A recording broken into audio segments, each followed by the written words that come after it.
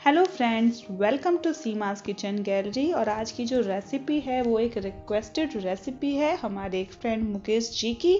उनकी रिक्वेस्ट थी हम अपने किचन में गोंद के हलवे की रेसिपी शेयर करें। तो मुकेश जी, आज आपकी रिक्वेस्ट पूरी हो रही है, तो बने रहिएगा आखिर तक हमारे साथ वीडियो में। और हाँ फ्रेंड्स, अगर आप भी चाहते हैं कि आपकी बताई हुई रेसिपी हम शेयर करें सीमास किचन गैलरी में, तो हमें कमेंट करके ज़रूर बताइएगा। तो चलिए स्टार्ट करते हैं आज की रेसिपी। गोंद का हलवा बनाने के लिए इधर लिया है हमने 1 कप गोंद। गोंद इजीली अवेलेबल है, किसी भी ग्रोसरी शॉप पर आसानी से मिल जाता है। और इधर लिया है हमने आधा कप काजू, 1/4 कप किशमिश और आधा ही कप हमने लिया है इधर बादाम। ड्राई फ्रूट्स आप अपनी मर्जी से और भी ऐड कर सकते हैं। और हमने इधर लिया है 1 कप डेसिकेटेड कोकोनट। ये कोकोनट मार्केट वाला नहीं है, घर में जो नारियल होता है, सूखा नारियल, उसको ही कसा हुआ है। इसका टेस्ट बड़ा अच्छा आता है। और हमें लेना है इधर 1 कप चीनी और 1 कप घी और साथ ही साथ 2 कप लेने हैं हमें मखाने। अगर इस रेशो के साथ आप हलवा बनाएंगे तो बिल्कुल परफेक्ट हलवा बनेगा। तो चलिए शुरू करते हैं।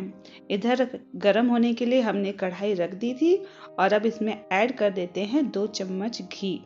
घी हम थोड़ा थोड़ा करके डालेंगे, जितना हमें घी की ज़रूरत है, पहले ही सारा घी हमें नहीं डालना है। तो अब घी मेल्ट हो गया है, अब इसमें हम गोंद डालेंगे।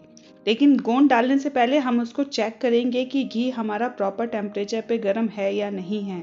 तो उसके लिए देखिए, गोंद डालते के साथ ही एकदम से फूल के आनी चाहिए।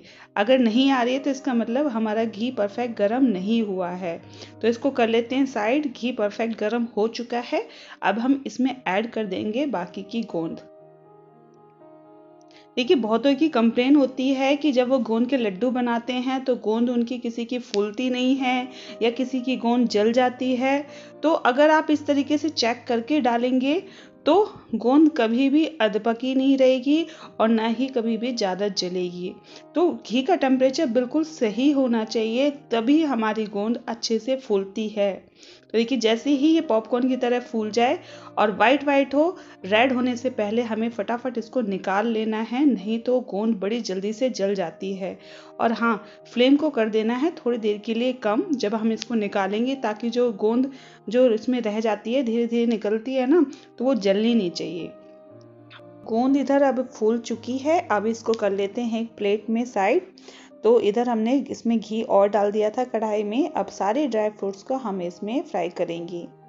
ड्राई फ्रूट्स आप अपनी मर्जी के कोई और भी ऐड कर सकते हैं, जैसे कि आप पिस्ता ले सकते हैं, खरबूजे के बीज ले सकते हैं, चिरौंजी भी आप इसमें ले सकते हैं, और भी जो भी आपका मन करे ड्राई फ्रूट्स आप उसमें ऐड कर सकते हैं। तो देखिए, हमने काजू और बादाम को फ्राई कर लिया है। अब इसमें डाल देते हैं अपनी बची हुई किशमिश। किशमिश भी बहुत जल्दी भुन जाती है। तो देखिए, हो चुकी है फ्राई। अब इसको निकाल लेते हैं प्लेट में। अब इसी बचे हुए घी में डालेंगे मखाने। मखानों को हमें धीमी आंच पे भूनना है जब तक ये करारे और क्रिस्पी नहीं हो जाते। तो गैस को करें सिम, और चाहे तो इसमें थोड़ा सा घी आप और डाल सकते हैं यहाँ पे। तो ये भी हो चुके हैं, इनको भी निकाल लेते हैं अलग। अब जो हमने इसी कढ़ाई में हम डालेंगे चीनी। जितनी चीनी ली है उतना ही हमें पानी लेना है और इसकी बनानी है हमें चाशनी। तो अब इसमें डाल देते हैं थोड़ा सा इलायची पाउडर। इलायची से इसका फ्लेवर बहुत अच्छा आता है, आप ज़रूर डालें इलायची। तो जब तक ये चाशनी बनती है, हम इधर ड्राई फ्रूट्स को तैयार कर लेते हैं हलवा बनाने के लिए। तो हमारे ड्राई फ्रूट्स इधर ठंडे हो चुके हैं, अब इन्हें हम करेंगे ग्राइंड। तो ग्राइंडर में काजू और बादाम हम दोनों को अच्छे से पीस लेंगे। बिल्कुल फाइन पाउडर नहीं बनाना है, दरदरा पाउडर जो है हमें रखना है। यहाँ पर आप किशमिश ऐड मत कीजिएगा, किशमिश हमें ऐसे ही रखनी है, किशमिश को पीसना नहीं है, ये ऐसे ही अच्छी लगती हैं। तो चलिए इसको कर लेते हैं ग्राइंड, और साथ ही साथ हम मखानों को भी पीस लेंगे, इनको भी दरदरा पीसना है। तब तक हम तैयारी कर लेते हैं गोंद की।